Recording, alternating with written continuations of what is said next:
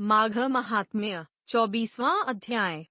लोमश जी कहने लगे कि वह राजा पहले तो तामिश्र नामी नरक में गया, फिर अंधतामिश्र नरक में जहाँ पर अति दुखों को प्राप्त हुआ, फिर महारौरव, फिर कालसूत्रण नामी महानरक में गया, फिर मूर्छा को प्राप्त हो गया। मूर्छा से चेतना आने प्रतापन और संप्रतापन नाम के नरक में गया।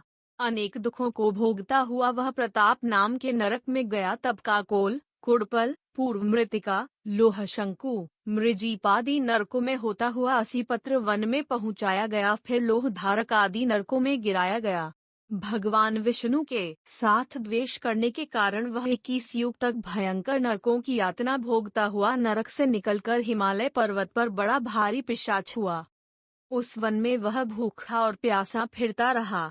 उसको मेरु पर्वत पर भी कहीं खाने को न तो भोजन मिला और न ही पीने को जल। होतव्यता के कारण वह पिशाच घूमता हुआ एक समय प्लुप प्रस्त्रवन नाम के वन में जा निकला। बहेड़े के वृक्ष के नीचे वह दुखी होकर हाय मैं मरा, हाय मैं मरा ऐसे शब्द जोर जोर से पुकारने लगा और कहने लगा, भूख से दुखी मेरे इस जन्म का कब अंत होगा। इस पाप रूपी समुद्र में डूबते हुए मुझको कौन सहारा देगा। लोमश जी कहने लगे कि इस प्रकार वेद पाठ करते हुए देवद्योति ने उसके दुख भरे वचनों को सुना और वहां पर एक पिशाच को देखा, जिसकी लाल डरावनी आंखें, दुर्बल शरीर, काले काले ऊपर खड़े बाल, विकराल चेहरा, काला शरीर, लंबी सी जीभ बाहर निकली हुई, लंबे होठ, लंबी जांघें, लंबे लंबे पैर, सूखा चेहरा, आंखों में पड़े गड्ढे वाले पिशाच को देखकर देवद्योति ने उससे पूछा कि तुम कौन हो और ऐसी करुणा से क्यों रोते हो। तुम्हारी यह दशा कैसे हुई और तुम्हारा मैं क्या उपकार करूं। मेरे आश्रम पर आ जाने से कोई प्राणी दुखी नहीं रहता और वैष्णव लोग आनंद ही करते हैं। सो हे भद्रा, तुम अपने इस दुख का कारण जल्दी कहो, क्योंकि विद्वान मनोरथ पाने के लिए विलंब नहीं किया करते। ऐसे वचन सुनकर प्रेत रोना बंद करके विनीत भाव से कहने लगा कि हे द्विज, किसी बड़े पुण्य में मुझको आपके दर्शन हुए हैं। बिना पुण्य के साधुओं की संगति नहीं होती। और फिर उसने पहले जन्म का वृत्तांत कहा कि भगवान विष्णु के द्वेष के कारण मेरी यह दशा हुई है। जिस हरि का नाम यदि अंत समय में मनुष्य के मुख से निकल जाए तो मनुष्य विष्णु पद को प्राप्त होता है। जो सबका पालन करता है उसी से मैंने द्वेष किया। यह सब मेरे कर्मों का दोष है। जिसकी ब्राह्मण तप द्वारा प्रार्थना करते हैं, ब्रह्मादि देवता, सनकादिक ऋषि जिसको मुक्ति के लिए पूजते हैं, जो आदि मध्य व अंत में विश्व का विधाता और सनातन है, जिसका आदि मध्य और अंत नहीं है, उस भगवान के साथ मैंने द्वेष किया। जो कुछ पुण्य किए मैंने पहले जन्म में किए थे, वह सब विष्णु की द्वेष रूपी अग्नि में भस्म हो गए। यदि किसी प्रकार मेरे इस पाप का नाश हो जाए तो मैं भगवान विष्णु के सिवाय किसी और देवता का पूजन नहीं करूंगा। विष्णु भगवान से द्वेष करके मैंने बहुत दिनों तक नरक यातना भोगी और पिशाच योनि में पड़ा हूँ। इस समय मैं किसी अच्छे कर्म के योग से आपके आश्रम में आया हूँ, जहाँ पर आपके सूर्य रूपी दर्शन ने मेरे दुख समान अंधकार को दूर कर दिया है। अब आप कोई ऐसा उपाय बताइए जिससे मेरी यह पिशाच योनि दूर हो, क्योंकि सज्जन पुरुष उपकार करने में देर नहीं करते हैं। देवद्योति कहने लगे कि यह माया देवता, मनुष्य, असुर सबकी स्मृति को मोहित कर देती है, जिससे धर्म का नाश करने वाला द्वेष उत्पन्न हो जाता है। जगत के उत्पन्न करने, रक्षा करने और नाश करने वाले जो सब प्राणियों की आत्मा है, उनसे भी लोग द्वेष करते हैं। जिनके अर्पण करने से सभी कर्म सफल होते हैं, उनकी भक्ति से मुख मोड़ने वाले मूर्ख कौन सी गति को प्राप्त नहीं होते। चारों वर्णों का वेदोक्त हरि का भजन करना ही उत्तम है, अन्यथा कुमार्ग में चलने वाले मनुष्य नरक के गामी होते हैं। इसी कारण वेद विरुद्ध कर्मों को त्यागना चाहिए। अपनी बुद्धि से बचे हुए धर्म के मार्ग पर चलने से मनुष्य परलोक के पथ का भी नाश करते हैं। वह वेद, देवता और ब्राह्मणों की निंदा करते हैं। झूठे मन कल्पित शास्त्रों को मानने वाले नरक में जाते हैं। देवाधिदेव विष्णु से विमुख होने वाले नरक में जाते हैं, जैसे द्रविड़ देश का राजा नरक में गया। इस कारण इनकी निंदा नहीं करनी चाहिए और वेद में न कही गई क्रिया को भी नहीं करना चाहिए। लोमश जी कहने लगे कि ऐसा कहने पर मुनि ने पिशाच को सुमार्ग बतलाया कि माघ मास में तुम प्रयाग में जाकर स्नान करो, उससे तुम्हारी वह पिशाच योनि समाप्त हो जाएगी।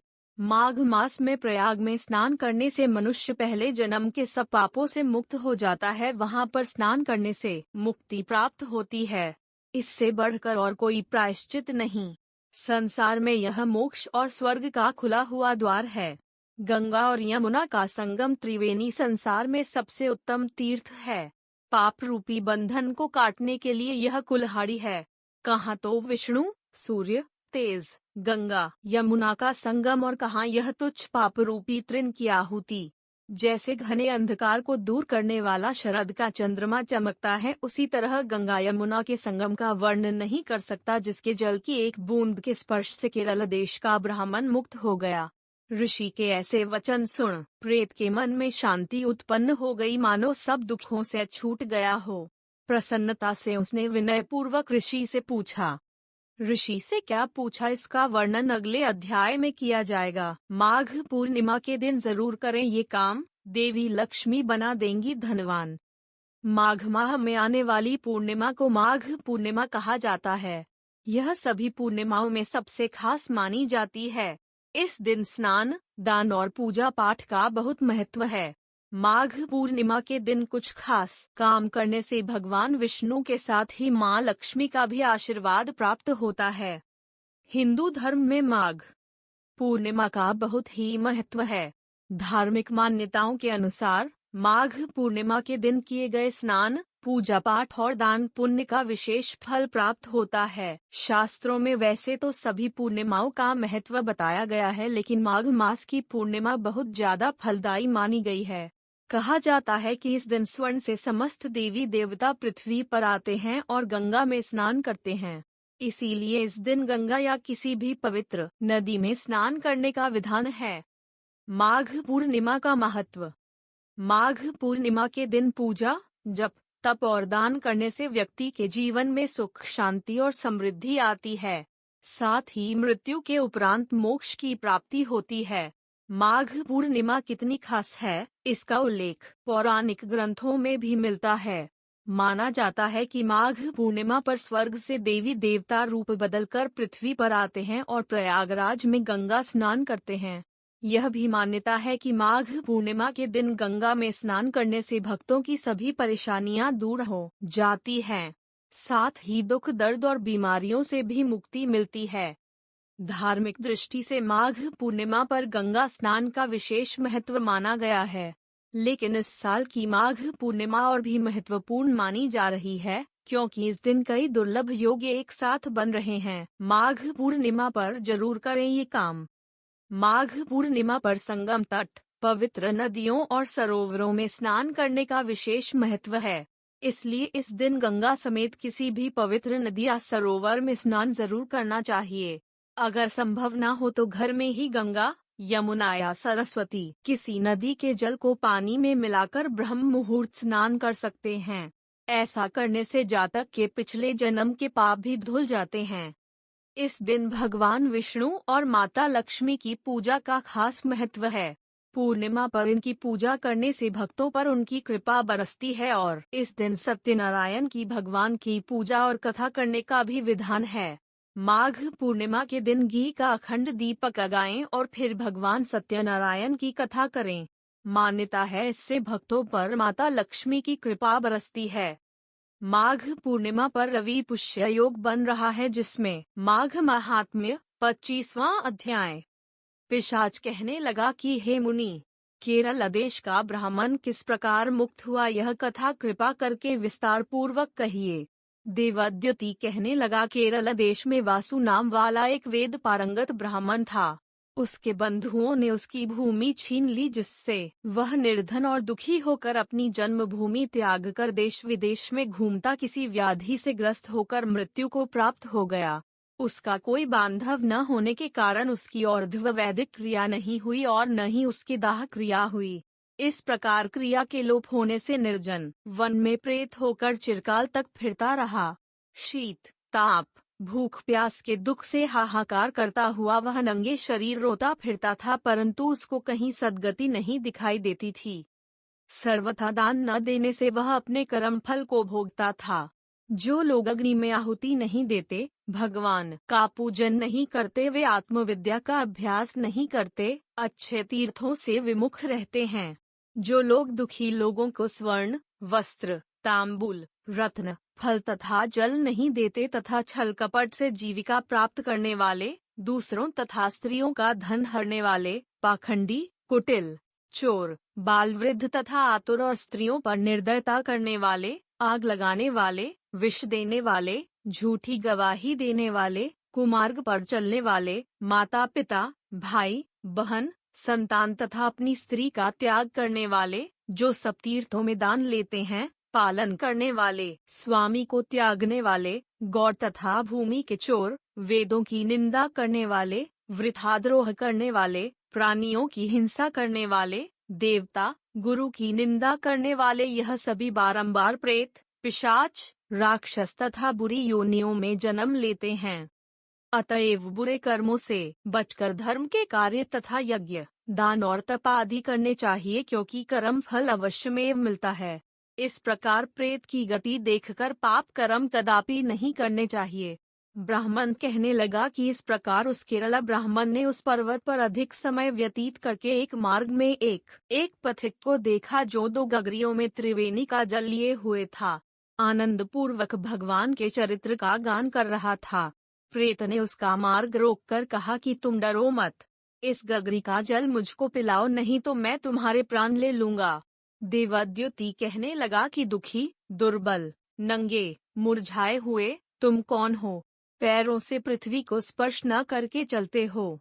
लोमशजी बोले, प्रेत यह वचन सुनकर कहने लगा कि मेरे ऐसा होने का कारण सुनो। मैंने कभी ब्राह्मणों को दान नहीं दिया, अत्यंत लोभी, क्रियाहीन, दूसरे के अन्न से पलने वाला था। मैंने कभी किसी को भिक्षा नहीं दी, न दूसरे के दुख से दुखी हुआ। प्यासे प्राणियों को मैंने कभी जल नहीं पिलाया। मैंने कभी छाता, जूता दान नहीं किया, न किसी को जल का पात्र, पान या औषधि किसी को दी। न मैंने अपने घर में कभी किसी अतिथि को ठहराकर उसका सत्कार किया।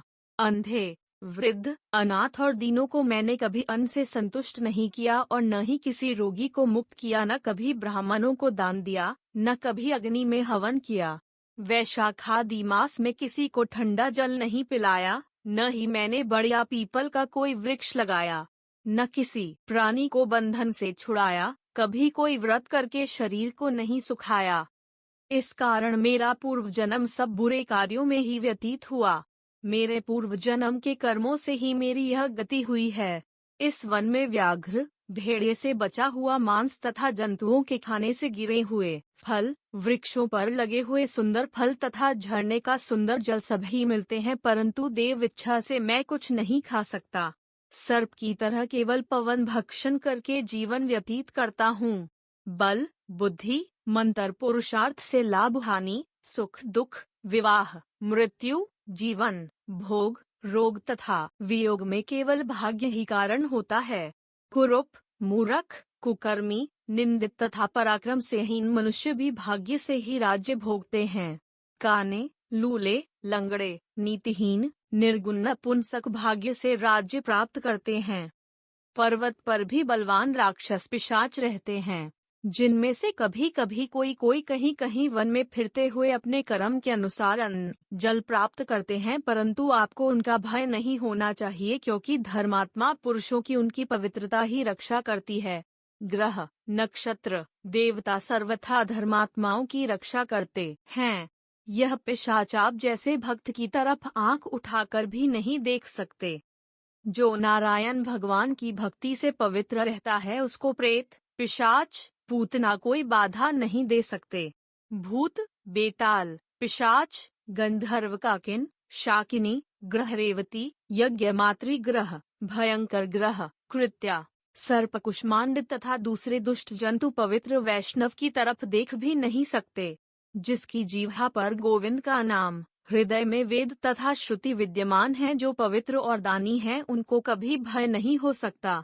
हे ब्राह्मण, इस प्रकार कर्मों का फल भोगता हुआ मैं यहाँ रहता हूँ, ऐसा सोचकर मैं शोक नहीं करता। एक बार मैं ज्वालिनी नदी के किनारे पर गया था, वहां पर घूमते हुए मैंने सारस के वचनों को सुना था।